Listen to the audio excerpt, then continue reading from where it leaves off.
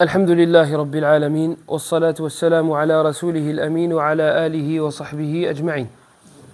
ما زلنا مع كتاب الزهد للإمام محمد بن إدريس، وهو الإمام المعروف بأبي حاتم رحمه الله تعالى رحمة واسعة.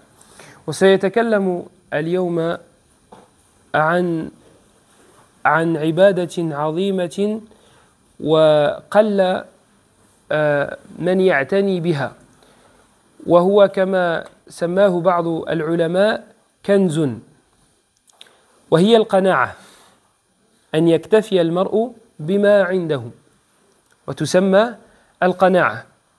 وقبل أن نشرع في القناعة سنذكر إن شاء الله تعالى ترجمة يسيرة عن راوي الأثر، وهو مجاهد ابن جبر. مجاهد بن جبر رحمه الله تعالى من تلاميذ عبد الله بن عباس رضي الله عنهما، صاحب رسول الله صلى الله عليه وسلم، وهو ابن عم رسول الله صلى الله عليه وسلم، وهو من بحور العلم، وكان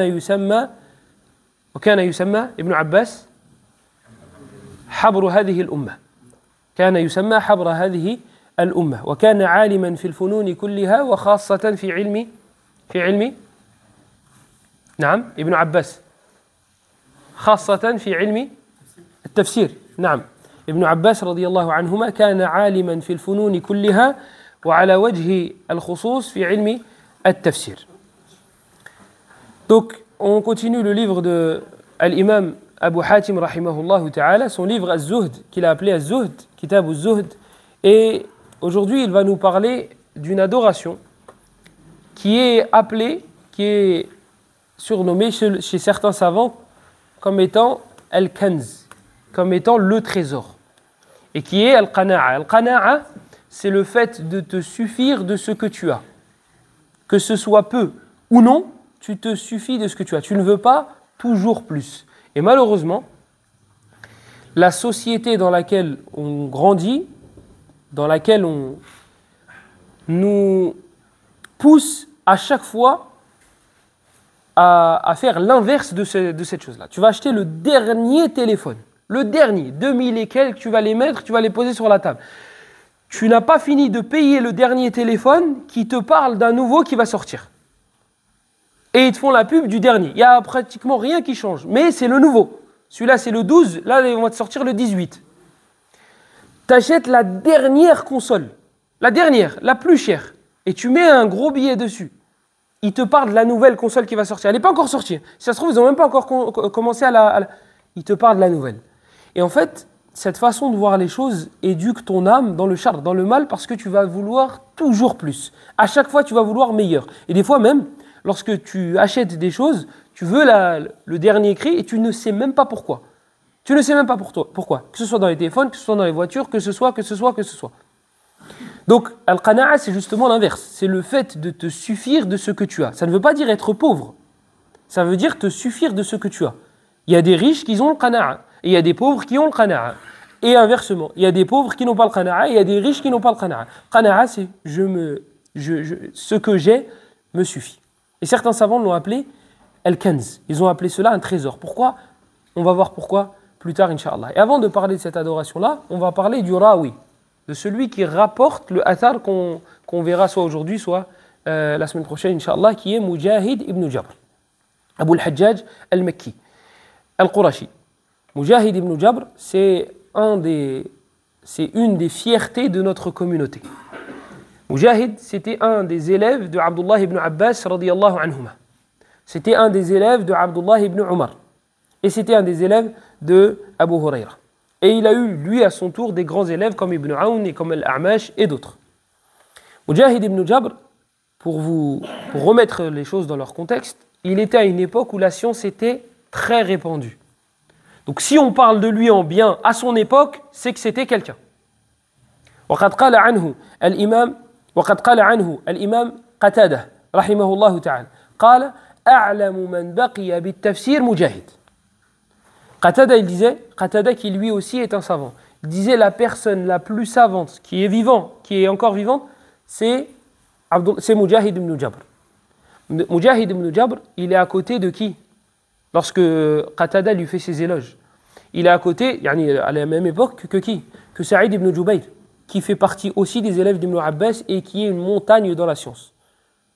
Il est à côté de Ikrimah ibn Abdillah, lui aussi Al-Barbari, qui est une montagne dans la science, et notamment dans la science du tafsir, et qui fait partie des élèves d'Ibn Abbas. Donc ça prouve que Mujahid ibn Jabr, il avait une place qui était spéciale. Et comment ça se fait qu'il a acquis autant de sciences? قال عن نفسه عرضت القرآن على ابن عباس 30 مرة. في رواية أخرى قال أقفه عند كل آية. Il dit, j'ai lu le Coran sur Ibn Abbas 30 fois. Donc déjà, ça prouve qu'il le maîtrisait, qu'il le mémorisait. Mais ce n'est pas ça qui nous intéresse parce qu'à cette époque-là, c'était quelque chose de très courant. Quelqu'un qui connaît le Coran, ce n'est pas quelque chose d'exceptionnel chez eux. C'est normal. Et 15 ans, c'est le grand max. C'est le grand max. Donc ce n'est pas quelque chose via lequel ils vont dire « Ah bah, lui connaissait le Coran ». Ah, pour eux, c'était quelque chose de normal. Donc là, il te dit « J'ai récité le Coran à Ibn Abbas 30 fois ». Mais il n'est pas là, Al-Amr al-Ajib, il n'est pas là.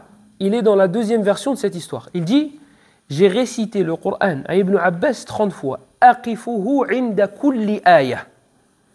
ما معنى أقفه عند كل آية؟ يعني يسأله عن تفسير هذه الآية. ثم الآية التي تليها يسأله عن تفسير هذه الآية. ما معناها؟ فيما نزلت؟ لماذا نزلت؟ متى أنزلت؟ Qu'est-ce que ça veut dire? J'arrêtais Ibn Abbas à chaque verset. Ça veut dire qu'à la fin de chaque verset, il dit attends. Ce verset-là, qu'est-ce qu'il veut dire? Ce verset-là, pourquoi il a été révélé? Ce verset-là, quand est-ce qu'il a été révélé? Est-ce que tu t'imagines faire ça une fois avec un savant? Avec quelle quantité de science tu vas sortir? Là, Mujahid, il l'a fait 30 fois avec Ibn Abbas. Avec Ibn Abbas, qui était connu pour sa science du tafsir. Ibn Abbas, ce n'était pas le seul domaine dans lequel il était savant. Dans sa biographie, vous trouvez que les gens faisaient la queue pour lui poser des questions. Et lorsqu'il faisait la queue, il se mettait en catégorie. Cette lignée-là, toute cette ligne-là, ils font la queue pour poser des questions à Ibn Abbas dans le tafsir. Cette queue-là, c'est pour le fiqh. Donc dans le halal et le haram. Ici, c'est sur le shi'r. Et ici, c'est sur... Tout le monde lui posait des questions dans toutes les matières. Quand un des Khawarij, il est venu lui poser des questions sur le shi'r, etc., il a vu Ibn Abbas, donc ils ne sont pas d'accord les deux sur plusieurs sujets, mais l'homme là en question, il a dit « Je n'ai jamais vu quelqu'un de plus savant que ce jeune, que cet homme-là. Jamais. » Un jour, ils lui ont récité des vers de poésie, il a dit « Je ne les connaissais pas. » Il a dit « Mais si tu veux, je peux te les réciter. » Il les a entendus une fois. Il a dit « Si tu veux, je peux te les réciter. » Il a dit « Je ne les connaissais pas. » Vous imaginez des gens qui font la queue, chacun c'est leur spécialité. Lui dans le fiqh, lui dans... Tous ces gens-là. Et il posait des questions à Ibn Abbas, radiyallahu anhuma. Donc Ibn Abbas, il était savant dans le tafsir, mais pas seulement. Et donc, vous avez Mujahid, mais c'est sa spécialité. Donc vous avez Mujahid ibn Jabr qui lui a récité le Coran 30 fois. À chaque fois qu'il lui récitait, il l'arrêtait à la fin de chaque verset. Attends, qu'est-ce que ce verset-là veut dire? Pourquoi il a été révélé? Quand est-ce qu'il a été révélé? Tu imagines? Alif Lam Mim. Vas-y, toutes ces questions-là. Après, Dhalika al-kitab, attends. Là, qu'est-ce que ça veut dire? Et il fait ça avec le Coran 30 fois. Ça, c'est un aperçu de Mujahid. Voilà pourquoi Qatada, il disait A'lamu man baqiya bit-tafsir Mujahid. Et Mujahid, rahimahullah, il avait une mémoire exceptionnelle. Qala anhu Abdullah ibn Umar Wadidtu anna nafi'an yahfadhu ka hifdhik. Abdullah ibn Umar, donc le compagnon du prophète sallallahu alayhi wa sallam, il a remarqué la mémoire exceptionnelle de Mujahid ibn Jabr. Il a dit j'aurais bien aimé que Nafi' ait la même mémoire que toi. Miskin Nafi', ça a dû lui piquer son nefs. Donc il dit moi j'aurais bien aimé que Nafi' ait la même mémoire que toi. وقال عنه ابن جريج لأن أكون سمعت من مجاهد فأقول سمعت مجاهدا أحب إلي من أهلي ومالي. Ibn Jurayj, qui faisait aussi partie des savants de cette époque-là, il disait si j'avais pu écouter Mujahid et que j'avais pu rapporter un hadith de lui, cela m'aurait été préférable que ma famille et mes biens. ومات رحمه الله تعالى كما ذكره الإمام أبو نعيم ساجدا. مات مجاهد رحمه الله تعالى ساجدا. ولا غرابة من عاش على شيء مات عليه. Et Mujahid ibn Jabr rahimahullah, il est mort en prosternation. Il est mort en sujoud. Et en vrai, c'est une bonne fin. Mais c'est pas étonnant. quelqu'un qui a consacré sa vie à Allah et qui termine comme ça, c'est pas étonnant. Tu vois, Allah subhanahu wa ta'ala est juste si une personne est sincère avec lui et qu'elle fait des efforts, Allah subhanahu wa ta'ala va lui donner une bonne fin. طيب القناعة. Qana'a, le fait de se suffire de ce qu'on a, on a dit que c'était un trésor. وهذه العبارة وجدتها في كلام الشيخ محمد الأمين الشنقيطي رحمه الله تعالى أحد علماء هذا الزمان. كان يقول أو كان يذكر عن نفسه أنه أعطي كنزا لم يعطى لكثير من الناس وهو القناعة أو وهي القناعة. Il disait rahimahullah, Mohamed al-Amin al-Shanqiti rahimahullah, il disait on m'a donné, bien Allah m'a donné une chose qu'il n'a pas donné à beaucoup de personnes. Il m'a donné un trésor qu'il n'a pas donné. Il a utilisé cette ibara-là, ce terme-là. Il a dit Allah m'a donné un trésor qu'il a donné à très peu de personnes. Et c'est al-qana'a. Et à notre époque, on a d'autres exemples. Et on ne peut pas, lorsqu'on parle de al-qana'a et de zuhd, etc., ne pas parler à notre époque de Cheikh Abdul Aziz ibn Abdullah ibn Baz, rahimahullah ta'ala. Kana min u'jubati hadha az-zaman. C'était une des personnes les plus étonnantes. Il ne mangeait jamais tout seul. C'était impossible. Il avait à chaque fois des invités. C'était impossible qu'il puisse manger tout seul. Et quand il est arrivé à Médine, parce que lui il n'est pas de Médine, il ne vit pas là-bas, le Amir il lui a proposé une maison. Il a dit je vais te donner une maison et elle sera à toi. Il a dit non, donnez-la à Foulan. Est-ce que vous imaginez, là on ne parle pas d'un morceau de pain. Tu dis bah, écoute, moi je te donne une maison comme ça gratos. La dunya, prenez cette règle-là. La dunya, elle n'est pas néfaste si elle est là. Elle devient néfaste lorsqu'elle rentre là. كما قال أبو الدرداء رضي الله عنه فيما رواه ابن عبد البر في جامعه قال لا تضركم دنيا إذا شكرتموها لله. Abu Darda disait la vie d'ici-bas n'est pas néfaste tant que vous remerciez Allah pour celle-ci.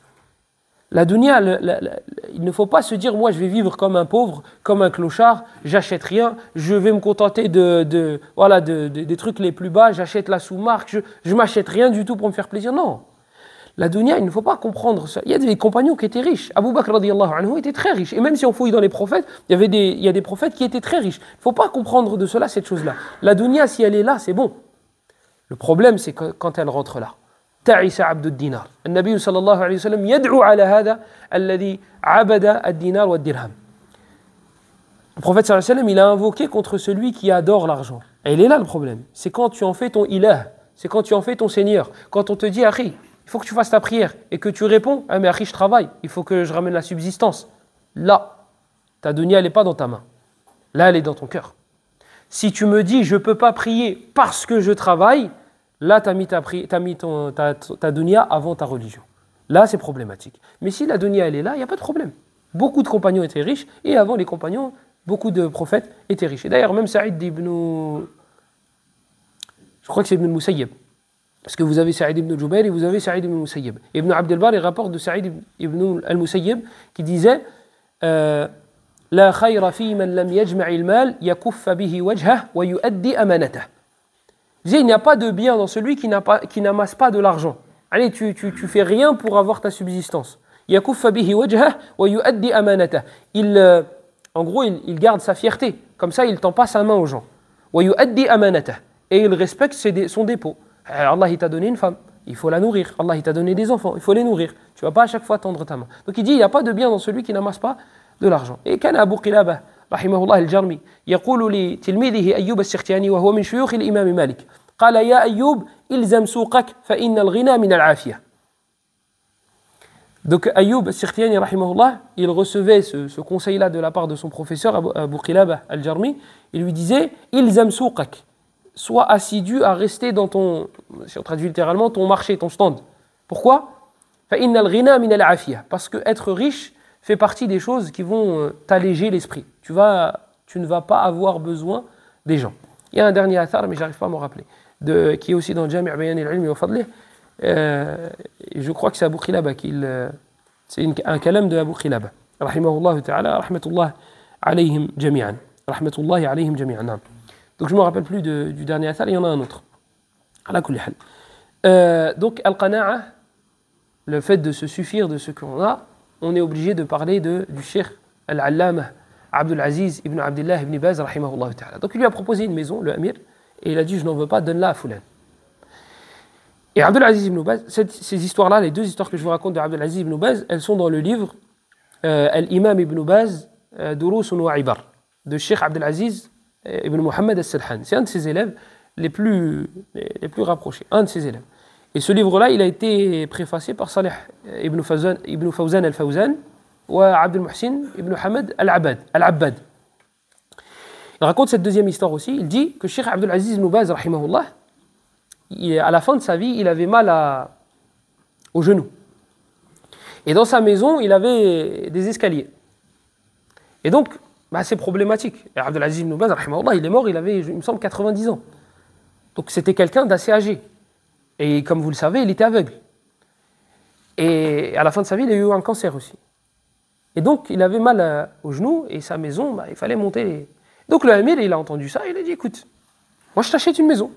Moi je vais t'en acheter une, il n'y aura pas d'escalier. Quand c'est arrivé aux oreilles de Cheikh Ibn Baz, qu'est-ce qu'il a dit? Il a dit, ma baqiya fil umr. La yahtaj. Il dit, là, je sais très bien qu'il ne me reste pas longtemps à vivre. Il dit, donc j'en ai pas besoin. C'est pas grave, laisse-moi comme ça. Est-ce que vous imaginez? Donc comment on aurait réfléchi? Même j'ai 88 ans, je vais dire, attends, mais mes enfants, vas-y ma femme, ou de toute façon ça me fera une maison en plus. Non. Comme je vous ai dit, sa dunya, lui, elle était là. Même quand il a reçu un prix d'un truc qu'il n'avait même pas demandé. Et il a reçu, je crois, 1 million de riels. Il n'était même pas au courant. Et ils lui ont donné la parole, ils lui ont dit, voilà, t'as reçu 1 million. Il a dit, c'est pour moi. Il a dit oui. Il a dit au shahidukum, il a dit, je vous prends en témoin que je la donne pour faire des écoles pour les huffaz al-Qur'an, pour apprendre le Qur'an. Il n'a pas gardé une seconde, l'argent. Ils lui ont dit, écoute, tu as touché 1 million de riels. Il a dit, d'accord, donnez-les à ceux qui apprennent le Qur'an. Et pareil, Cheikh Ibn Uthaymin, rahimahullah, lorsque le gouverneur il est venu lui rendre visite, il a vu sa maison, elle était dans un état pitoyable. Ici, il y a quelque chose qui est intéressant aussi. On entend souvent, c'est les savants du gouverneur, c'est les savants du palais. Réfléchis 2 secondes. Savants du palais, savants du gouverneur, des marionnettes, etc., etc. Et il vit dans une maison comme ça. Au moins. Si on vend notre dîne, on la vend pour la dunya. Mais si je vends mon dîne pour rien du tout, ça sert à rien, je suis perdant dans les 2 cas. Je vends mon dîne pour avoir une maison en paille. Autant que je garde mon dîne. Donc on les insulte, on dit oui, c'est les savants du palais. Oui, ils disent que les gouverneurs veulent entendre et ils vivent dans des maisons comme ça, ils en profitent même pas. Non, c'est pas logique. C'est pas logique. D'ailleurs, Cheikh Ibn Uthaymin était sur son lit de mort. Tout à la fin, quand il a eu son cancer lui aussi, il nous dit, Cheikh, il y a des gens qui te demandent pardon parce qu'ils disaient que tu étais une marionnette. Et les savants du palais. Il a dit, est-ce que tu leur pardonnes? Il a dit non. Je leur pardonne pas. Il a dit, ce sont mes ennemis devant Allah. Ah oui, ça pique d'entendre je suis une marionnette. Alors qu'il se bat justement pour ne pas... Abdul Aziz al-Salhan, je crois que c'est lui qui raconte aussi. Il dit, une fois on est passé devant la porte, Ibn Baz, il était avec le gouverneur d'Arabie.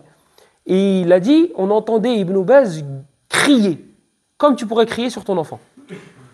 Parce qu'il les prenait en privé, et il les conseillait. Mais c'est juste qu'il ne sortait pas à crier sur ton enfant, moi j'ai fait, moi je l'ai dit, Même Cheikh Ibn Uthaymin, il s'est levé dans son assise, il a dit, pourquoi vous ne conseillez pas les gouverneurs? Il a dit, et qui t'a dit que nous ne l'avons pas conseillé? C'est juste qu'on ne te l'a pas dit. On n'est pas passé par ton bureau à toi et tu ne nous as pas tamponné le truc, mais on les conseille. Cheikh Ibn Uthaymin, le gouverneur, il vient lui rendre visite et il voit l'état de sa maison. Il lui dit non, c'est pas possible. Tu ne peux pas continuer à vivre dans cette maison-là. Donc on va te mettre bien, comme nous.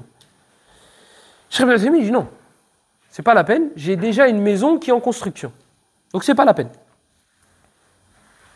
Les tollabs qui entendent. Cheikh, il a une maison qui est en construction. Comment il a une maison qui est en construction? Les tollabs, ils savent que Cheikh Ibn Uthaymin, il n'a pas de maison en construction. L'Amir, il part. Les élèves viennent voir, ils disent, Cheikh, t'as une maison en construction? Il dit, oui. Il leur a passé l'adresse. Et c'était quoi? Le Maqbara. Il a dit, elle est là-bas, ma maison. Il leur a passé l'adresse d'un cimetière, eux, ils ont été voir, ils ont vu, ils ont dit, Cheikh, c'est un cimetière. Il a dit, oui, c'est là-bas, ma maison est en construction. Moi, je suis en train de construire ma maison là-bas. Et il est mort et il n'a pas changé de maison. Donc, on est obligé, lorsqu'on parle de Qana'a et qu'on parle des savants de cette époque, de citer ces 2-là. Cheikh Ibn Uthaymin, une fois, c'était des gens très modestes. Une fois, il allait pour prier. Vous savez, le premier rang à la Mecque, il est inaccessible. Impossible, tu te mets derrière l'imam. Impossible. Parce que, déjà, normalement, même dans toutes les mosquées, c'est les gens qui ont de la science qui se mettent derrière l'imam. Parce que imagine, il a oublié de faire ses ablutions. Et l'imam, il part comme ça. Tu fais quoi? T'attends? Tu rattrapes? Comment tu rattrapes? Qu'est-ce que tu vas dire? Qu'est-ce que tu vas réciter? Si toi, tu fais une erreur dans la salade, comment tu vas rattraper? Taïb, il perd ses ablutions. Comment tu vas faire? Taïb, il a un trou dans la salade. Comment il va faire? Il fait une erreur dans la salade. Qu'est-ce que tu vas faire? Qu'est-ce que tu vas dire? Donc normalement, la place qui est juste derrière l'imam, c'est pas pour n'importe qui.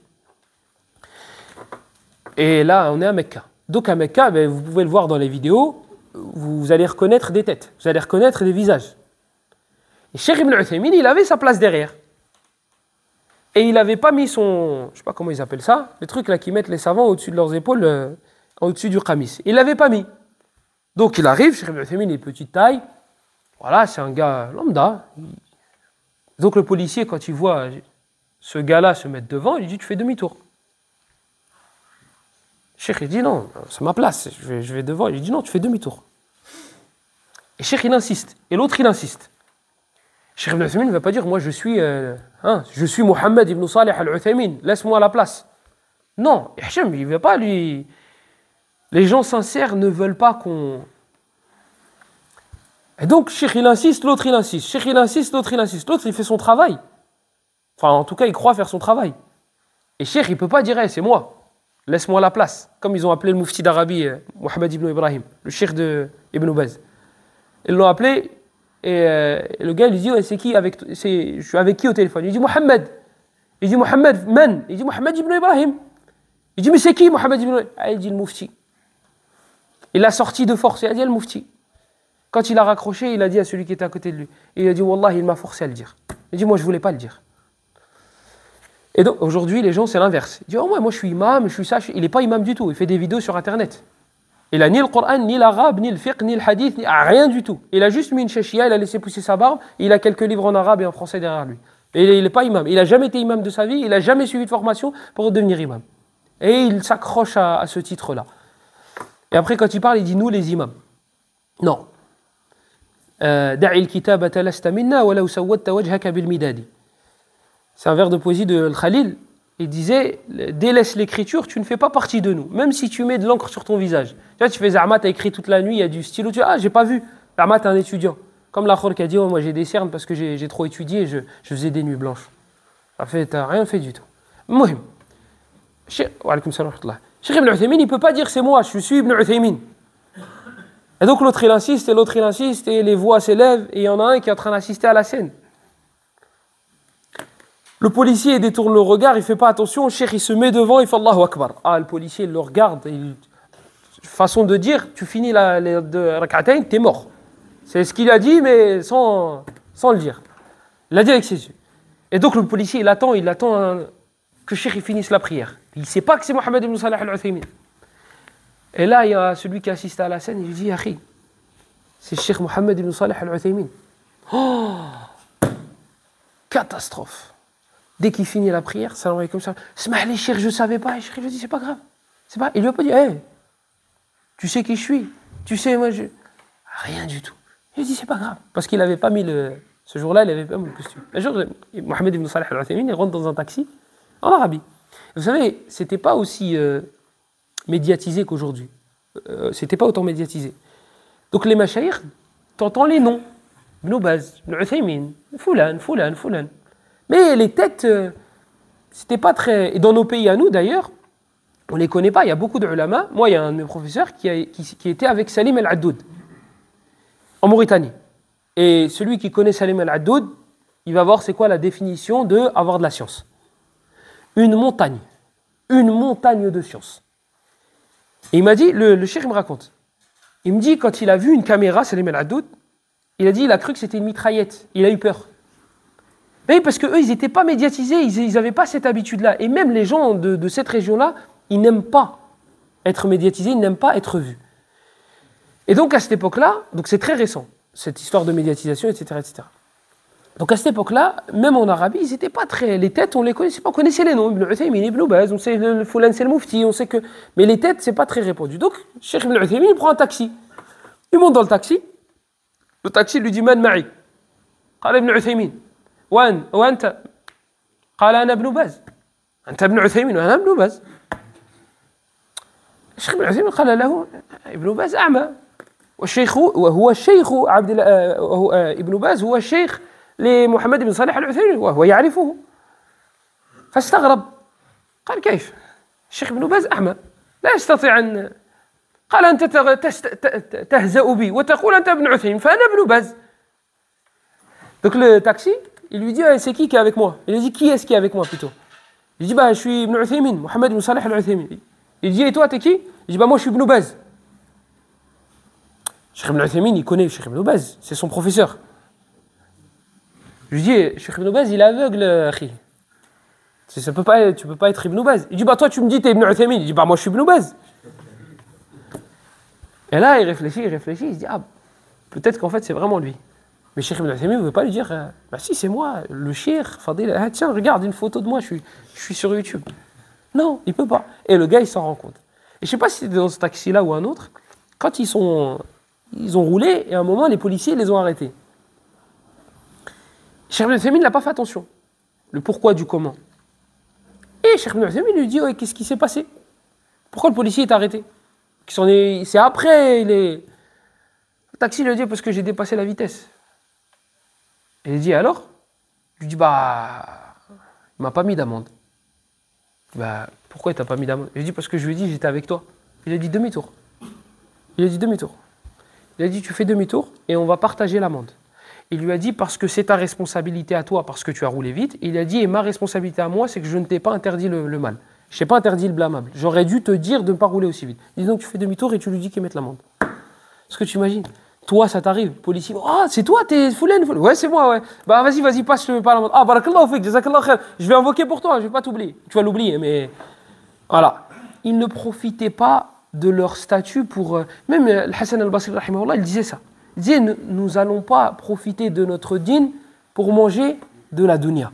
Je ne vais pas dire, moi, je suis Foulen, donc tu me fais. Parce que là, tu vends ton dîne pour avoir une part de la dunya. Moi, je n'avais pas prévu de citer toutes ces histoires, mais les contemporains, on a pas mal de choses à dire. Il y a même au Yémen, il y avait Cheikh Muqbil ibn Hadi al-Wadi'i, rahimahullah, il raconte, il dit qu'il avait des fois du pain et il était trop dur pour pouvoir le manger. Parce qu'il le cachait dans un trou qu'il trouvait au Yémen, vous savez dans quel état. Donc il trouvait des trous des fois dans les murs et il mettait son pain dedans. Et là, il allait faire ce qu'il avait à faire, il revenait et récupérait son morceau de pain. Sauf que le pain, je vous laisse imaginer, il faut assommer quelqu'un avec. Donc il ne peut pas le manger. Donc qu'est-ce qu'il faisait? Il le trempait dans de l'eau et il le mangeait. Est-ce que vous vous imaginez le goût? Il n'y en a pas, tout simplement. Il n'y en a pas. Il mange, comme il disait l'imam Ahmed, rahimahullah. Innama huwa ta'am duna ta'am, wa libas duna libas. Il dit, l'imam Ahmed, il disait, on s'habille pour s'habiller, on mange pour manger. Yani, c'est juste parce qu'on est obligé de le faire. On ne le fait pas par plaisir. On le fait parce qu'on doit le faire. Tu dois survivre. Si tu ne manges pas, tu meurs. Je dois m'habiller parce que je dois cacher ma aura. Mais je ne le fais pas par plaisir. Nous, nos plus grands plaisirs, c'est ça. Ah, je vais manger ça, je vais manger ça, je vais manger ça. Imam Ahmed, rahimahullah, il disait la dunya, c'est comme la nourriture que tu mets dans ta bouche. Combien de secondes tu profites du goût? Tu mâches un peu et le goût il part. Et après, tu finis de mâcher pour pouvoir l'avaler. Il dit, la dunya, c'est ça. Et en vrai, quand tu réfléchis à la nourriture, c'est ça. Ça dure quelques secondes, tu mâches et voilà. Donc l'imam Ahmed, il disait ça. Il disait, innama hiya ayyam. Il disait, c'est quelques jours dans la dunya. Innama huwa ta'am duna ta'am wa libas duna libas. Il disait, on en a que pour quelques jours. Même si tu vis 15 ans, 50 ans, 60 ans, en vrai, c'est un nombre de jours bien défini. Comme il disait Hassan al-Basri, Ya ibn Adam, innama anta ayyam, fa idha dhahaba yawm, dhahaba ba'duk. Tu n'es qu'un nombre de jours bien défini. Lorsqu'un jour part, c'est une partie de toi qui est partie. Ya ibn Adam, الليل والنهار يعملان فيك فاعمل فيهما. Ça c'est Omar ibn Abdul Aziz, il me semble. على كل حال القناعة من فوائد القناعة قلة الهم. من فوائد القناعة قلة الهم. لأنك تكتفي بما عندك. وقد قال النبي صلى الله عليه وسلم وهذا الحديث رواه الإمام أحمد في مسنده ورواه في الزهد. جاء من حديث عبد الله بن عباس والأصح هو حديث أبي الدرداء رضي الله عنه أن النبي صلى الله عليه وسلم قال ما قل وكفى خير مما كثر وألهى ما قل وكفى خير مما كثر وألهى. Parmi les avantages et les bénéfices du fait de se contenter de ce que tu as, c'est qillatul ham. C'est le fait de ne pas te prendre la tête. Tu vas tartah, tu vas te sentir mieux. Tu vas moins être éparpillé. Et il faut que je fasse ça, et il faut que je fasse ça pour avoir plus, pour avoir plus, pour avoir plus. En vrai, la réponse à tous tes problèmes, à toutes les choses qui te prennent la tête, c'est je veux plus. Je veux plus. C'est Alors que si on se contentait de ce qu'on a, et je ne vous dis pas, et j'insiste, ça ne veut pas dire qu'on vit comme... on vit et on n'a rien à la maison. Non, on se contente de ce qu'on a. C'est ça que ça veut dire. On ne se prend pas la tête sur ce qu'on n'a pas, sur le plus à chaque fois. Le prophète sallallahu alayhi wa sallam, il nous dit dans le hadith, ma qalla wa kafa, donc ce qui est peu et qui suffit est meilleur que ce qui est nombreux, qui est beaucoup en quantité, et qui alha, et qui distrait, qui éparpille. Donc le fait d'avoir peu, mais ça te suffit, c'est meilleur. Regardez, on connaît tous des gens qui ont un SMIC et qui sont très contents avec leur SMIC. Il paye son loyer, il mange, il boit, il dort, il nourrit sa famille et tu ressens une sa'ada, tu ressens un bonheur et une sérénité dans sa vie que toi, tu n'arrives pas à sentir alors que tu touches 3 fois ce qu'il touche. Des fois 4. Tu ne ressens pas ce plaisir et ce bonheur. Tu t'achètes ce que tu veux. Quand tu passes sur Internet et tu vois, promo, truc, promo, pas promo, je le veux, je l'achète. Tu ne te prends pas la tête. Tu achètes, tu commandes, Amazon, il vient en 24 heures. Et lui, il est plus heureux que toi. Et lui, il a beaucoup moins que toi. Et lui, ses habits, lui, un vêtement à toi, ça vaut toute sa garderie en termes de prix. Et lui, il est beaucoup plus heureux que toi.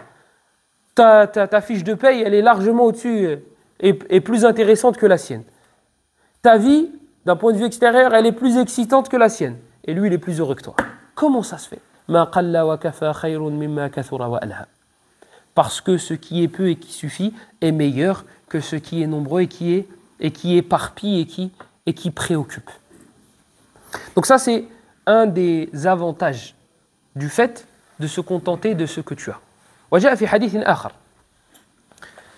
وهو أصرح من هذا الحديث جاء في سنن الترمذي من حديث أنس ولكن رواية الترمذي ضعيفة لأنها من طريق يزيد بن أبان الرقاشي وهو ضعيف ولكن جاء في سنن ابن ماجه من حديث زيد بن ثابت رضي الله عنه وقد صححه الشيخ محمد ناصر الدين الألباني والشيخ مقبل بن هادي الوادعي في جامعه عن زيد بن ثابت عن النبي صلى الله عليه وسلم أنه قال من كانت الدنيا همه فرق الله عليه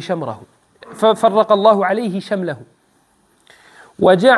وجعل الفقر بين عينيه ولم يأته من الدنيا إلا ما كتب له ومن كانت الآخرة همه جمع الله له شمله وجعل غناه في قلبه وأتته الدنيا وهي راغمة.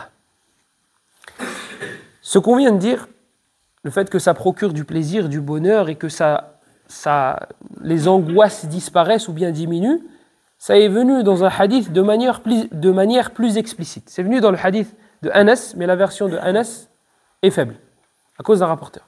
La version de Zayd ibn Thabit, radiyallahu anhu, par contre, elle est authentique. Le prophète sallallahu alayhi wa sallam, et dans Sunan ibn Majah, le prophète sallallahu alayhi wa sallam nous dit, celui qui fait de la vie d'ici-bas son ham, son but premier, son souci principal, la yufakkiru illa fi dunya. Il réfléchit et il se prend la tête que sur la vie d'ici-bas, seulement et uniquement concernant les choses de la vie d'ici-bas. Dans son programme, il n'y a que des choses de la vie d'ici-bas. Alors qu'est-ce qui se passera pour cette personne-là? Farraqallahu alayhi shamlahu. Allah lui éparpillera ses problèmes. Il aura l'impression de ne jamais sortir la tête de l'eau. Il essaye de s'occuper d'un problème, il essaye de le régler, c'est en cours, il y en a un autre. Celui-là, il n'a pas réussi à le régler, il y en a un autre. Et il y en a un autre, et il y en a un autre, et il ne sait plus où mettre la tête. Qu'est-ce qu'il fait? Il sort dehors et il marche, mais il ne sait pas où il va. Pourquoi? Il y a trop de problèmes. Il y a trop d'angoisse. Il y a trop de choses, il y a trop de soucis, j'arrive pas à régler mes problèmes. Ça, c'est à cause de ce qui vient d'être cité juste avant. Man kanati dunya hammahu. Celui qui fait de la vie d'ici-bas son but ultime. Attention, pareil, On ne dit pas, ouais, c'est pas grave, t'occupe pas de la dunya, ça va venir. Non. وَلَا تَنْسَ نَصِيبَكَ مِنَ الدُّنْيَا. Non, il faut un juste milieu. وَخَيْرُ الْأُمُورِ أَوْسَطُهَا. Il y a un juste milieu à avoir.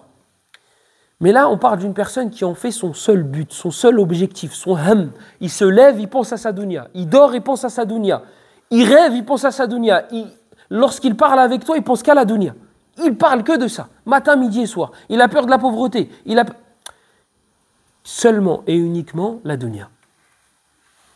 Donc Allah, le prophète sallallahu alayhi wa sallam te dit Farraqallahu alayhi shamlahu. Allah va lui éparpiller ses problèmes. وَجَعَلَ الْفَقْرَ بَيْنَ عَيْنَيْهِ. Et il mettra la pauvreté entre ses yeux. Ça veut dire quoi entre ses yeux? Ça veut dire qu'il verra que ça. Il aura toujours l'impression d'être pauvre. Il aura toujours l'impression que ce qu'il a ne lui suffit pas. وَجَعَلَ الْفَقْرَ بَيْنَ عَيْنَيْهِ وَلَمْ يَأْتِهِ مِنَ الدُّنْيَا إِلَّا مَا كُتِبَ لَهُ. Et ne lui parviendra de la dunya que ce qui lui a été prescrit. Il court après la vie d'ici-bas, il vole, il se met dans des transactions, il entreprend des transactions haram. Il fait tout pour avoir des biens et de l'argent, etc. Légal, illégal, halal, haram, il s'en fiche. Mais le résultat, وَلَمْ يَأْتِهِ مِنَ الدُّنْيَا إِلَّا مَا كُتِبَ لَهُ. Ne l'atteindra de la vie d'ici-bas que ce qu'Allah lui a prescrit. Dans tous les cas, tu n'auras que ce qu'Allah t'a prédestiné. Dans tous les cas, comme il disait Al-Hassan al-Basri, rahimahullah. Je crois que je l'ai noté celle-là.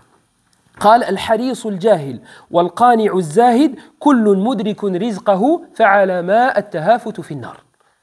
Dès que tu cours après ta subsistance ou que tu ne cours pas, que tu en fasses ton ham ou pas, dans tous les cas, ne t'atteindra que ce qui t'a été prédestiné. Tu peux voler, tu peux faire, dans tous les cas. Tout ce que tu auras, c'est ce qu'Allah t'a prédestiné. C'est tout. Tu n'auras rien de plus. Ça ne sert à rien d'essayer de voler le risque d'une autre personne. C'est ton risque qui t'atteindra, son risque l'atteindra. Tu ne pourras pas lui repousser, tu ne pourras pas attirer quoi que ce soit. Et à la fin du hadith, le prophète sallallahu alayhi wa sallam, il dit وَمَنْ كَانَتِ الْآخِرَةُ هَمَّهُ. Et celui qui fait de l'au-delà son ham, son souci premier. جَعَلَ اللَّهُ غِنَاهُ فِي قَلْبِهِ. Allah mettra la richesse dans son cœur. Il se suffira de ce qu'il aura. Voilà, le qana'a. Lui, il aura l'impression d'être riche, alors que nous, de notre point de vue à nous, il n'est pas riche. Tu vois, j'ai discuté avec des frères, et je leur ai dit, c'est quoi votre objectif financier? Moi, dis-moi, 10 000 par mois, au début. Au début. 10 000 par mois. Au début, hein, ça c'est là, lui, il commence, il est encore apprenti. Donc après, je dis 10 000. Il me dit oui, il me dit c'est mon objectif chaque mois. Je dis mais 10 000 ça veut dire que, enfin je sais pas, tu seras déjà riche. Ah, il m'a dit non, 10 000 c'est pas être riche.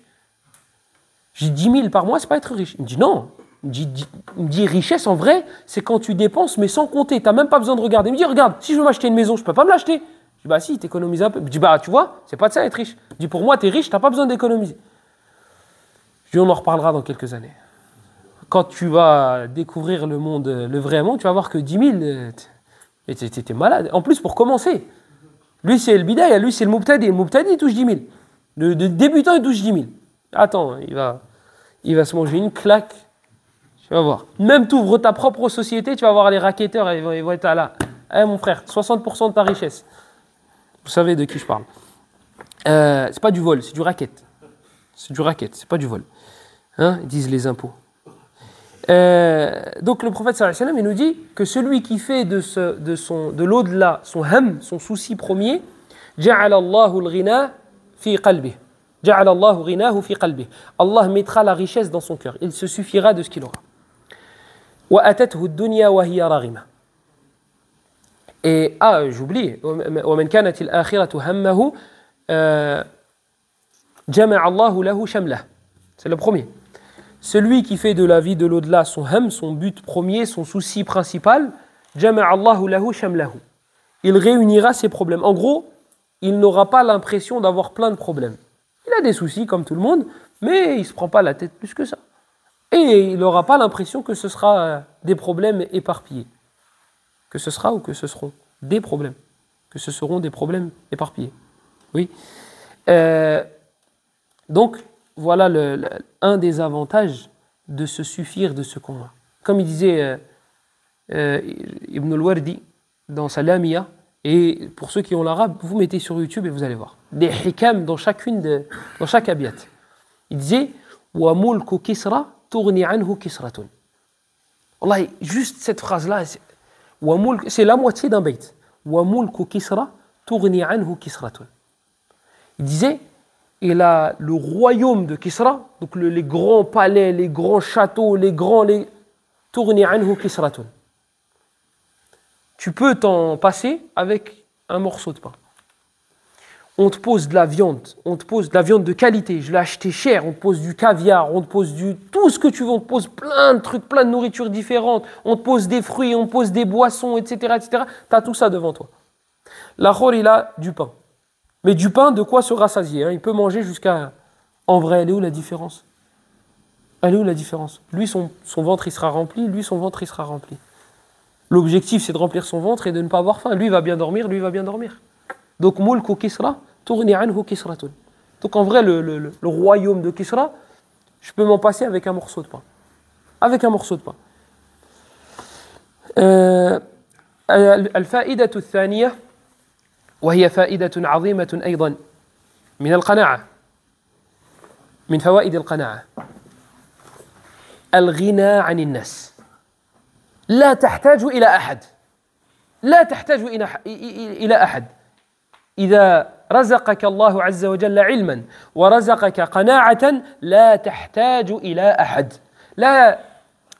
لن تحتاج أن تمد يديك ولن تحتاج أن تسأل الناس إذا أتاك الناس فالحمد لله وإذا لم يأتي أحد فأنت غني عنهم وسيحتاجون إليك إذا تركت الناس سيحتاجون إليك وأنت لا تحتاج إلى أحد هذه من فوائد القناعة وهي فائدة عظيمة وقد أشار إليها النبي صلى الله عليه وسلم فيما روي عنه لأن الحديث فيه ضعف في حديث سهل بن سعد الساعدي رضي الله عنه أن رجلا سأل رسول الله صلى الله عليه وسلم دلني على عمل إذا عملته أحبني الله وأحبني الناس قال ازهد في الدنيا قال ازهد في الدنيا يحبك الله وازهد فيما عند الناس يحبك الناس. الحديث فيه ضعف فيه خالد بن عمرو وهو متروك لكن معناه صحيح.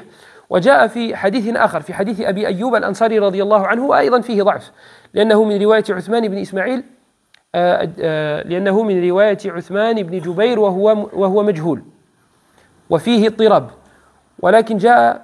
ولكن له شواهد جاء من حديث رفاعة على كل حال معناه صحيح. جاء رجل إلى رسول الله صلى الله عليه وسلم فقال يا رسول الله أوصني وأوجز علمني وأوجز فقال النبي صلى الله عليه وسلم فيما يروى عنه قال إذا صليت فصلي صلاة المودع ولا تكلم بكلام تعتذر منه وأجمع اليأس فيما في أيدي الناس. وجاء في بيت وهو بيت منتشر قال الله يغضب إن تركت سؤاله وبني آدم حين يسأل يغضب وهذا المعنى صحيح. Donc le deuxième avantage et bénéfice derrière al-qana'a, c'est d'être ghani 'anil nas. Tu n'auras besoin de personne. Et crois-moi, plus tu avanceras dans ta vie et plus tu te rendras compte qu'il est très mauvais de demander des services aux gens. Parce que ils vont te faire comprendre, ils vont faire en sorte que tu te sentes redevable. Eh, moi je t'ai fait. Moi, tu te rappelles, je t'ai fait, et je t'ai accompagné, et je t'ai dit, si j'avais pas été là, comment t'aurais fait? Rabbul Alamin, oh, c'est quoi? T'es le Seigneur des univers, toi. Si j'avais pas été là, en vrai, c'est comme un frère, il me racontait il y a quelques jours, il est parti étudier dans un pays, et il y avait des gens qui lui envoyaient de l'argent tous les mois. Et ils lui envoient et ils le mettent bien. Au bled, tu reçois 1000 balles, t'es refait. Donc lui, il ne travaille pas, il reçoit de l'argent, et il fait ses études, etc. Et est venu le fameux jour où les gens qui lui ont envoyé de l'argent lui disent hey, sans nous tu serais rien. Sans nous tu serais rien. Wallahi, cette phrase-là, c'est pire que des coups de couteau. C'est pas un coup de couteau, pire que des coups de couteau. Fais en sorte de ne devoir rien à personne. Et lorsque quelqu'un te rend un service, essaye de lui rendre. Excepté, sauf si tu trouves des gens qui te rendent service parce qu'ils le font fisabilillah. Pas, quand je dis fisabilillah, ça ne veut pas dire qu'ils ne prennent pas d'argent ou quoi que ce soit, non. C'est des gens qui veulent l'akhira. Même tu lui donnes et il prend, il peut vouloir l'akhira via cela. Mais quelqu'un qui n'est pas, tu ne vas pas te sentir redevable. Quelqu'un qui, lorsqu'il te rend un service, tu acceptes, tu as l'impression qu'en acceptant, il va plus être content que toi. Si tu trouves ce genre de personne, alors bismillah, vas-y. Sinon, même un verre d'eau ne l'accepte pas. Parce que peut-être qu'un jour, il va dire, hey, tu te rappelles le jour où tu avais soif? Moi, je t'ai versé le... Et s'il ne te le dit pas explicitement, il va te le faire comprendre. Et wallahi, ça c'est un... Dans le madhab de l'imam Ahmed, rahimahullah, lui, il te dit, yushra'u tayammum. Tu as le droit de faire tayammum. Les ablutions sèches. Tu as le droit de les faire si tu sais que demander de l'eau à une personne va avoir comme répercussion, t'as vu, je t'ai donné de l'eau, moi. Normalement, tu n'as pas le droit de faire tayammum. S'il y a de l'eau, tu n'as pas le droit. L'imam Ahmed, il te dit, si tu dois demander de l'eau à une personne et cette personne-là va te dire, moi je t'ai fait, moi je t'ai donné, il dit, tu as le droit de faire tayammum. Tu as le droit de faire tayammum. L'imam Ahmed, il a atteint un degré de pauvreté à son époque.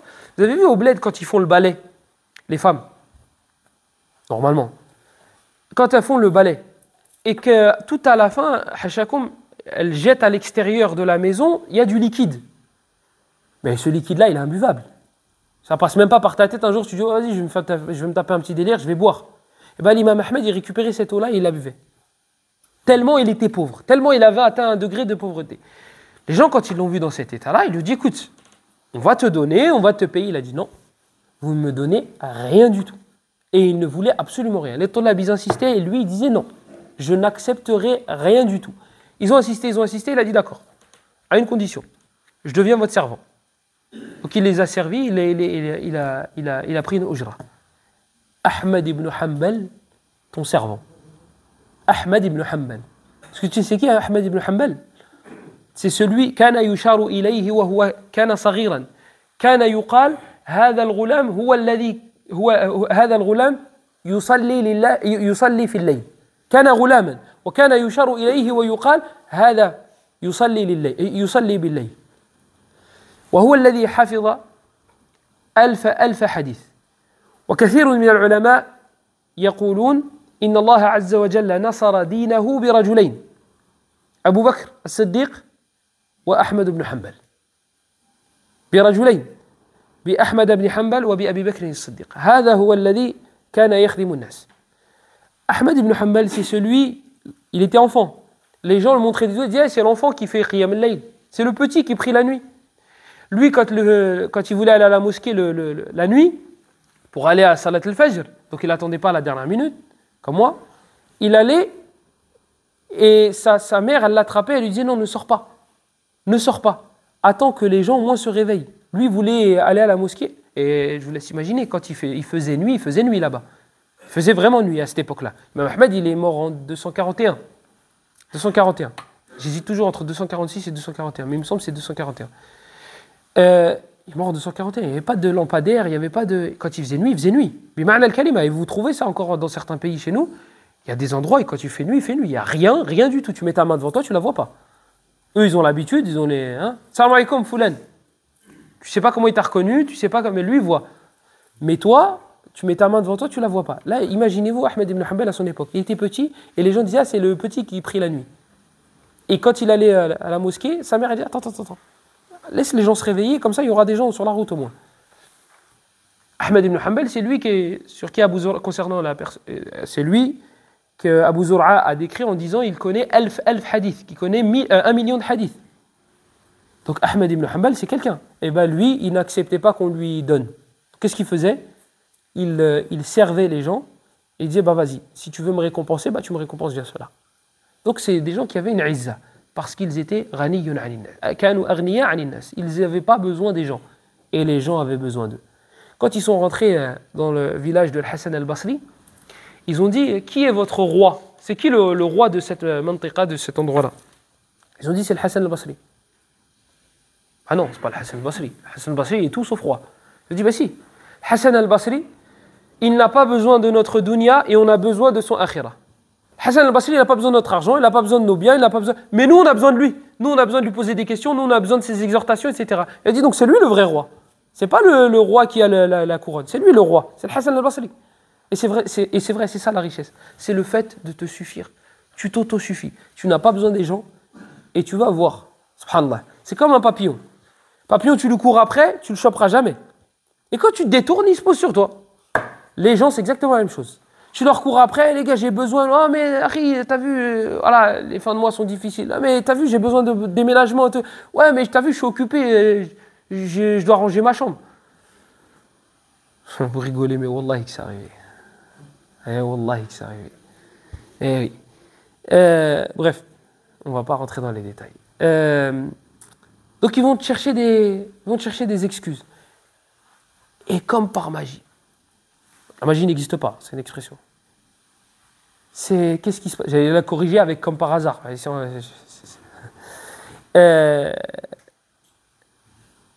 Cheikh Ibn Uthaymin, il a été questionné sur le mot adoration. Est-ce qu'on a le droit de dire j'adore l'eau, j'allais dire le coca, mais on n'adore pas le coca. On n'adore plus le coca. J'adore telle chose. Il a dit, est-ce qu'on a le droit d'utiliser cette expression-là? Ils lui ont posé la question. Il a dit, le sens qui est voulu, c'est de faire un soujoud pour la bouteille. Quand je te dis, j'adore l'eau, j'adore boire de l'eau, toi, l'image que tu as là, c'est moi en train de faire un soujoud pour l'eau? Est-ce que ça passe par ta tête? Non. Donc, si ce sens-là n'est pas voulu, alhamdoulilah, il n'y a pas de problème. Il n'y a pas de problème. C'est le sens qui nous intéresse. Qu'est-ce que j'allais dire? Aïssa, il n'est pas là, d'habitude, il m'aide. Qu'est-ce que j'allais dire à Ibrahim? Hein? T'es perdu aussi? Non, comme par hasard, ça y est. Hassan al-Basri. Ah, les gens, le papillon. Les gens, subhanallah, c'est exactement la même chose. Tu cours après eux, ils te fuient. Tu dis, j'ai besoin, t'as vu, ouais, mais Harry, t'as vu, je peux pas. Oh, mais t'as vu, Harry, j'ai quelque chose à faire. Oh, mais Harry, ils trouvent plein d'excuses. Et des fois, tu te dis, j'ai pas envie. Parce que des fois, ils te sortent des trucs, tu te dis, wallah, dis, j'ai pas envie, c'est mieux. Comme ça, on arrête de faire les hypocrites. Dis, j'ai pas envie, khalas. Nastarih wa tastarih. Et quand tu te tournes d'eux, quand tu n'as plus besoin d'eux, hop, tout le monde vient. Tout le monde t'approche. Oh, mais Harry, pourquoi tu réponds plus aux messages? Harry, pourquoi tu réponds pas aux appels? Oh, je suis occupé. Ah, mais t'as vu, ce serait bien qu'on se voit, ce serait bien que... Mais t'étais où quand j'avais besoin de toi? T'étais où quand moi, je te courais après pour... Hein? Tu faisais le pauvre, le plus éprouvé. Il n'a plus d'argent, il n'a plus de bras parce qu'il ne peut plus porter, il n'a plus de voiture parce qu'il n'a plus rien. Et quand tu n'as plus besoin de lui, Harry, si tu as besoin, n'hésite pas. Ah ouais, j'hésite pas, ouais. Et donc, le prophète sallallahu alayhi wa sallam, dans le hadith, il dit, si tu veux être aimé par les gens, délaisse ce qu'il y a dans leurs mains. Kana yuqal, izhad fi ma indi, tadkhulu ila qalbi. On disait, avant, délaisse ce qu'il y a dans mes mains, tu pourras rentrer dans mon cœur. Attention, tout ça, je vous dis tout ça, mais c'est concernant les choses de la dunya. C'est pas tu dis, oh, mais moi je ne vais pas demander parce que je préfère me contenter de... Non. On parle de la dunya. Dans les choses de la vie de l'au-delà, ne dis pas, moi je ne pose pas de questions, savoir si ma salat elle est bonne si je fais ça, ou bien j'ai besoin de ruqya, ou j'ai besoin de ça, je demande à personne. Non, on parle de la dunya. La dunya des gens, laisse-les tranquilles. Surtout leur argent. Et ça, si vous pouvez retourner au livre d'Ibn Hazm, dans Mudawat al-Nufus, il en parle. Il te dit, il y a des gens, ils sont capables de se sacrifier leur âme pour toi, mais pas leur argent. Il est capable de mourir pour toi, mais tu ne touches pas à son argent. C'est pas moi qui le dis, c'est lui, hein, Ibn Hazm. Bon, moi, je le confirme. Mais Ibn Hazm, rahimahullah, et d'ailleurs, Mudawat al-Nufus, il a été traduit, ce livre-là. Il a été traduit, ce livre-là, il est magnifique. Donc, Ja'a fil hadith, donc il est venu dans un hadith, lorsque le prophète sallallahu alayhi wa sallam a été questionné par un homme qui lui a dit, montre-moi une action, dullani ala amalin, idha ana amiltuhu ahabbani Allah wa ahabbani nas. Si je fais cette action-là, les gens ils vont m'aimer et Allah il va m'aimer. Donc le prophète aurait dit dans ce hadith-là, parce que le hadith il est faible, mais son sens est vrai, il dit, délaisse ce qu'il y a dans la vie d'ici-bas et Allah t'aimera. Et délaisse ce qu'il y a dans les mains des gens et les gens t'aimeront. Et teste et tu vas voir. Si les gens, tu ne les appelles pas pour qu'ils te rendent un service, tu appelles, tu dis, voilà, je t'ai appelé pour savoir comment tu vas. Je t'ai appelé pour t'inviter à la maison. Tu vas voir. Les gens vont t'aimer. Tu leur demandes rien du tout et les gens ils vont... Et c'est un vers de poésie ça qui Allahu yaghdabu in taraktahu, Allahu yaghdabu in tarakta su'alahu.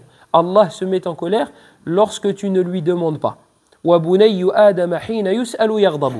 Et le fils de Adam, donc les humains, c'est lorsque tu leur poses des questions, lorsque tu leur demandes des services, qu'ils se mettent en colère. Et j'ai cité un deuxième hadith qui va dans le même sens. Et parmi les choses qui prouvent l'importance de l'qana'a, de cette chose-là, le fait que les savants l'aient cité parmi les causes du bonheur, premièrement, et deuxièmement, ils l'ont cité dans les comportements de l'étudiant en sciences. Premier truc, dans le bonheur. Mimman dhakarahu min jumlati asbabi نيل السعادة العلامة عبد الرحمن السعدي رحمه الله في كتابه الوسائل المفيدة للحياة السعيدة ذكر أن من أسباب السعادة القناعة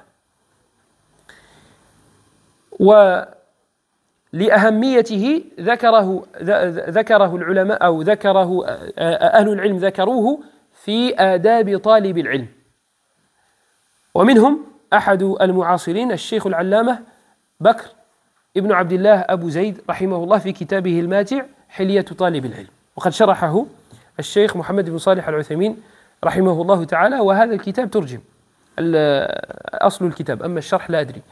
Donc, et ce qui prouve l'importance de cette adoration-là, de l'qana'a, c'est que les savants l'ont mis premièrement dans les causes pour acquérir le bonheur, et on a vu que c'est logique en vrai, que ça procurait que ça pouvait être une cause pour atteindre le bonheur. Et parmi ceux qui l'ont cité, dans les causes pour atteindre le bonheur, le Cheikh Abdurrahman al-Sa'di, rahimahullah, dans son livre, l'ont traduit les moyens utiles pour une vie heureuse. Je crois qu'il a été traduit comme ça. Et ils l'ont cité dans les comportements à avoir pour l'étudiant en sciences. Et parmi ceux qui l'ont cité, parmi les contemporains, Cheikh Bakr Abu Zayd, rahimahullah ta'ala, dans son livre Hilyatu Talib al-Ilm. Et il me semble qu'il a été traduit avec le titre La parure de l'étudiant en sciences. Et il a été traduit ce livre-là et il est magnifique. Il est magnifique ce livre-là. Et Cheikh Ibn Uthaymin, un contemporain de Bakr Abu Zayd, il l'a expliqué. Je ne sais pas si l'explication a été traduite, Allahu a'lam, mais en tout cas la base du livre est magnifique. Et l'explication aussi. Deux choses, et je terminerai avec, Inch'Allah, pour atteindre al-qana'a. Donc al-hal, al-wusul, kayfiyatul wusul. La première des causes pour atteindre cette chose-là qui est noble, هو النظر إلى من هو أسفل. وهذا في أمور الدنيا. ينبغي عليك أن تنظر إلى من هو أسفل. أما في الآخرة تنظر إلى من هو أعلى منك. فإذا كنت تختم القرآن مرة في الشهر فانظر إلى من يختمه مرتين. وإذا كنت تختمه مرتين إلى غير ذلك. أما في الدنيا فلا تنظر إلا لمن هو أسفل منك. La première des causes via laquelle tu atteindras le qana'a ou tu pourras atteindre le qana'a après le fait d'avoir supplié Allah et l'avoir imploré, c'est le fait de regarder ceux qui sont en dessous de toi dans la dunya, pas dans l'akhira. Donc si toi dans l'akhira, dans les œuvres pieuses, tu finis le Coran une fois par mois, regarde ceux qui le finissent 2 fois par mois. Si tu le finis 2 fois par mois, regarde ceux qui le finissent 3 fois par mois. Pourquoi ? Parce que si tu regardes ceux qui sont en dessous de toi, bah alors là, moi je connais juste Amma Miskin, lui connaît les 3 dernières soirs du Coran. Non, toi aussi t'es miskin, toi aussi. Toi aussi t'es miskin. Toi aussi. Ne te dis pas, lui il connaît que les 3 dernières soirs, moi je connais juste Amma, bah alhamdoulilah. Alors là, s'il a pris le Baqara, il va se prendre pour... Donc ne regarde pas ceux qui sont en dessous. Moi ça me fait rire quand je tombe sur des passages, des morceaux de personnes qui font des rappels, etc. Et jusque-là, tout va bien. Mais qui dénigrent les autres prêcheurs parce qu'ils n'ont pas de science. Mais lui, il n'a pas de science. Lui, il n'a pas de science. Lui, pour celui qui a 10 sur 10 2 yeux, c'est un rigolo aussi. C'est un rigolo. Mais au royaume des aveugles, le borgne est roi. Donc lui, il te dit, Foulen, c'est un ignorant, il ne faut pas l'écouter. Mais toi aussi, Harry, qu'est-ce que tu fais ? Hein? Quand il te dit radiyallahu anhu, ça te pique les oreilles. Quand il te sort une mas'ala, pas de dalil, pas de preuve, rien du tout. Cheikh Foulan il a dit, Cheikh Foulan il a dit. Et tu vois le prompteur sur ses lunettes. Et tu vois, il dépend de sa feuille. Et tu vois, Harry, reste à ta place. Tu veux faire des rappels, fais des rappels, Allah Isahal. Mais ne dénigre pas les autres, parce que tu ne vaux pas mieux qu'eux. Tu ne vaux pas mieux qu'eux. Et si Allah il a enlevé le voile, wallahi, pas d'internet, pas de ça, pas de ça. Une fois, un frère il me dit, est-ce que Tariq al-Salah il est kafir? Est-ce que celui qui délaisse la prière il est mécréant? Je lui dis, c'est une masala khilafiyya. Il me dit non, mais j'aimerais qu'on débatte pour voir les arguments de chacun, etc. Je dis, les savants ils sont pas d'accord. Tu veux qu'on finisse? Il me dit non.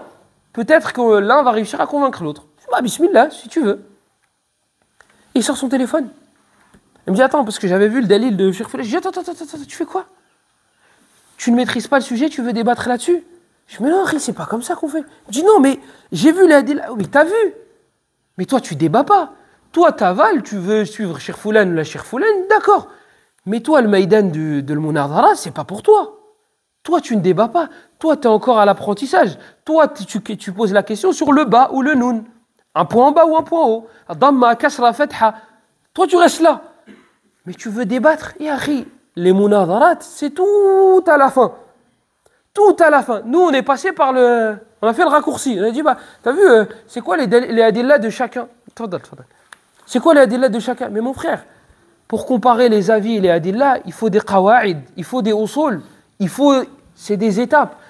Al-masail al-khilafiyya ta'ti fi ma ba'd. Les sujets à divergence, les trucs où les savants débattent, etc. Toi, si tu veux débattre avec quelqu'un, il faut que tu atteignes un certain niveau. Mais tu me dis pas, écoute, il y en a un autre, une fois je sortais d'un grec, il m'attrape et on se connaît. Elle me dit, j'ai changé d'avis sur tous les sujets dont on a parlé. Ah, je lui dis, c'est quoi? Il dit, bah pour moi, tous les hukam de la terre, ils sont kuffar. C'est tous des murtaddin. Bah écoute, si tu veux, c'est ton problème, c'est pas... Il dit, j'ai les adillah, j'ai les preuves. Et il sort son téléphone. Je dis, tu me parles de sujets aussi dangereux, aussi grands, aussi gros, et tu connais pas les preuves. Comment le hukam, c'est tous des murtaddin, tous c'est des apostats, tous ils vont aller... Et tu connais pas et tu maîtrises pas ce sujet. Si, à la fin de Thalathat al-Usul, Cheikh William parle, mais attends, Thalathat al-Usul, c'est un livre pour les débutants. C'est un livre pour les débutants. Tu as besoin d'un charh, déjà, premièrement, et même tu as fait 10 shuruhat. Tu as pris celui de Al-Barrak, de Al-Uthaymin, de Al-Fawzan, de Al-Rajihi, tout ce que tu veux. Tu resteras débutant. Toi, tu ne me parles pas de ces sujets-là. Laisse les hukam. Qu'est-ce que ça va faire? À quoi ça va t'avancer de dire ils sont kuffar ou ils sont musulmans? Qu'est-ce que ça va faire? Ça va alourdir ta balance? Yawm al-Qiyamah?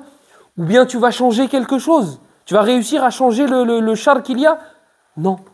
Tu vas rajouter le mal. Alors laisse les hukam, occupe-toi. Toi, tu n'arrives pas à t'occuper de ton foyer. Toi, ta sœur, tu n'arrives pas à lui imposer le voile. Tu veux parler de ceux qui gèrent des pays?